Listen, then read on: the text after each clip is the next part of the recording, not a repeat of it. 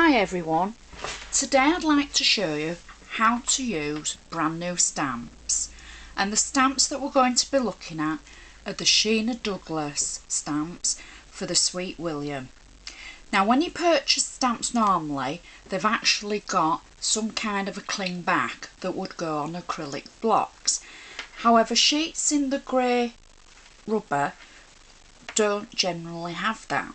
So when you buy the sheet it's actually just smooth on one side with your stamped image on the other side. So what I've done is I've actually cut one out already. It's still from the set, I've not done anything with it. And what we're going to do is a bit of a sneaks trick. I'm going to turn it over, and on the back I'm going to use a zigzag two-way glue pen. I'm going to open the glue pen and I'm literally going to put glue on the back side of the stamp. When the glue goes on stamps, so the stamp I've actually taken out, I haven't trimmed it because I want to show you the difference between a trimmed stamp image and an untrimmed. So we're going to cut into this sheet like so. I'm going to cut the flowers out. Now if you were to stamp that as it is, you would get lots of edge on the ink, and then as you transferred it onto your card or paper you would pick up the ink as well. So we're going to trim the stamp quite close to the flowers like so. We're going to trim all the way around like so. Now for this I'm going to leave them in a set of 3 because I've actually got the die as well to match, which I can show you in another tutorial. You can throw away your waste because you don't need it, it's not something that you're going to keep. So we've got the 3 flower stamps. I'm going to turn that upside between stamping with a stamp that you've literally just cut out of the sheet and not trimmed. So we'll leave that to dry. This is the stamp image that I got from an untrimmed stamp. Good quality image on the centre because they're great quality stamps. However, because I haven't trimmed it, I've picked up the extra stamped images. This is what we don't want because it's not going to look good on your cards.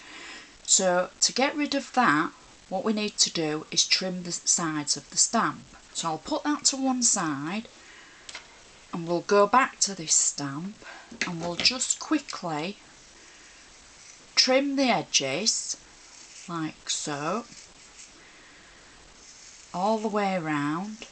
You can get a little bit closer to the stamp to the image in the centre if you're careful.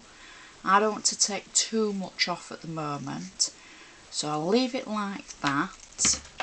Again, to ink it up and peel it off, use it and use it and use it. Now the first time I use a stamp, when it's a brand new one, I would normally stamp it onto scrap card or take a piece of sellotape and take the tape over the edge of the stamp all the way across just to take a residue away from it. So I'm going to stamp this now without the edges, and hopefully that, yes it has, stamped without any extra around the edge. So you can see the difference, and I think it makes all that difference for you to take a little bit of time and just trim the edges of your stamp. That way it gives a cleaner, clearer image. So what we'll do is I'll just show you the flower stamp as well, because hopefully now that will have, that's gone transparent.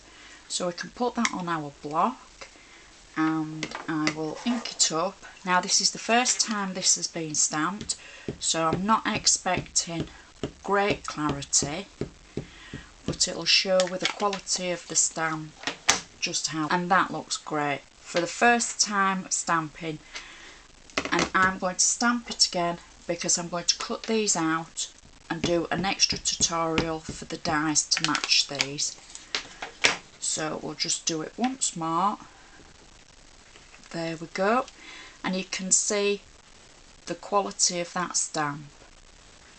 So now at no great expense you can use your unstuck, unadhesived, unclung stamps using your zigzag pens. So thank you very much for watching. These were the stamps that I used. See you next time.